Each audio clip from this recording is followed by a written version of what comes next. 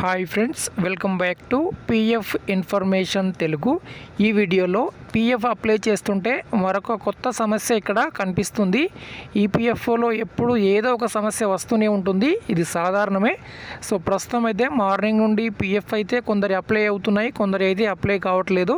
So అదేంటో తెలుసుకుందాం. వీడియోకి లైక్ చేయండి, కొత్తగా చూసేవారు సబ్స్క్రైబ్ చేయండి.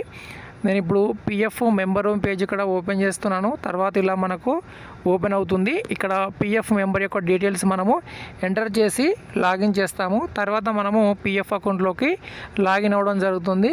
దాని తర్వాత ఆన్లైన్ క్లెయిమ్ పైన క్లిక్ చేసి మనము ఫామ్ 31 పైన క్లిక్ చేసినప్పుడు ఈ విధంగా మనకు కనిపిస్తుంది.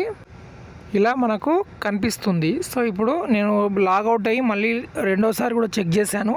సో ఇదే విధంగా మనకు వస్తుంది. సో ఇక్కడ చూసినట్లయితే error while Aadhaar authentication AUA licence has expired అని మనకు కనిపిస్తుంది. ఆ లైసెన్స్ ఏంటో ఎవరికి తెలీదు, ఇది జస్ట్ టెక్నికల్ ఎర్రర్ మాత్రమే అని గమనించండి. ఈపీఎఫ్ఓలో ఈ విధంగా జరుగుతూనే ఉంటుంది, సర్వసాధారణమే.